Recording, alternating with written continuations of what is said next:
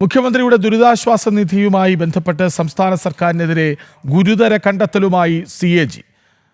CMDRFിലേക്ക് ജീവനക്കാർ നൽകിയ പണം സർക്കാരിന്റെ ചെലവ് കുറച്ചു കാണിക്കാൻ ഉപയോഗിച്ചുവെന്നാണ് വിമർശനം.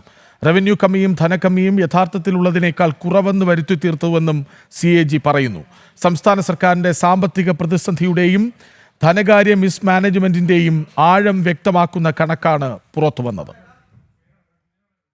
സംസ്ഥാന സർക്കാരിന്റെ കള്ളി വെളിച്ചത്താക്കുന്ന കണ്ടെത്തലുകളാണ് CAG റിപ്പോർട്ടിലുള്ളത്. സർക്കാർ കൊട്ടിഘോഷിച്ച മുഖ്യമന്ത്രിയുടെ ദുരിതാശ്വാസ നിധിയിൽ ഗുരുതര ക്രമക്കേടുകൾ ഉണ്ടായെന്നാണ് വിമർശനം. ദുരിതാശ്വാസ നിധിയിലേക്ക് ജീവനക്കാർ നൽകിയ 240.79 കോടി രൂപ തെറ്റായ അക്കൌണ്ടിംഗ് രീതിയിലൂടെ ചിലവ് കുറച്ചു കാണിച്ചു. കൂടാതെ റവന്യൂ കമ്മിയും ധനകമ്മിയും യാഥാർത്ഥ്യത്തിലുള്ളതിനേക്കാൾ കുറവ് വരുത്തിയെന്നും CAG റിപ്പോർട്ടിൽ കുറ്റപ്പെടുത്തുന്നു.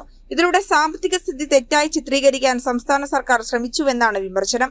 അതേസമയം സംസ്ഥാനത്ത് സാമ്പത്തിക പ്രതിസന്ധിയില്ലെന്ന സർക്കാരിന്റെ വാദവും പൊളിയുകയാണ്. 2024-25 സംസ്ഥാന സർക്കാർ ഓവർ ഡ്രാഫ്റ്റിലായിരുന്നത് 84 ദിവസമാണ്. ഇക്കാലയളവിൽ പലിശ ഇനത്തിൽ മാത്രം സർക്കാർ റിസർവ് ബാങ്കിന് നൽകിയത് 133.43 കോടി രൂപയാണ്. സംസ്ഥാനത്തിന്റെ അക്കൌണ്ടിലെ കണക്കുകളും RBI നൽകിയ കണക്കുകളും തമ്മിൽ 380 കോടിയുടെ വ്യത്യാസമുണ്ട്. കോടികളുടെ അന്തരം നിലനിൽക്കുമ്പോഴും കണക്കുകൾ പരിശോധിച്ച് ഇതുവരെയും കൃത്യത വരുത്തിയിട്ടില്ല.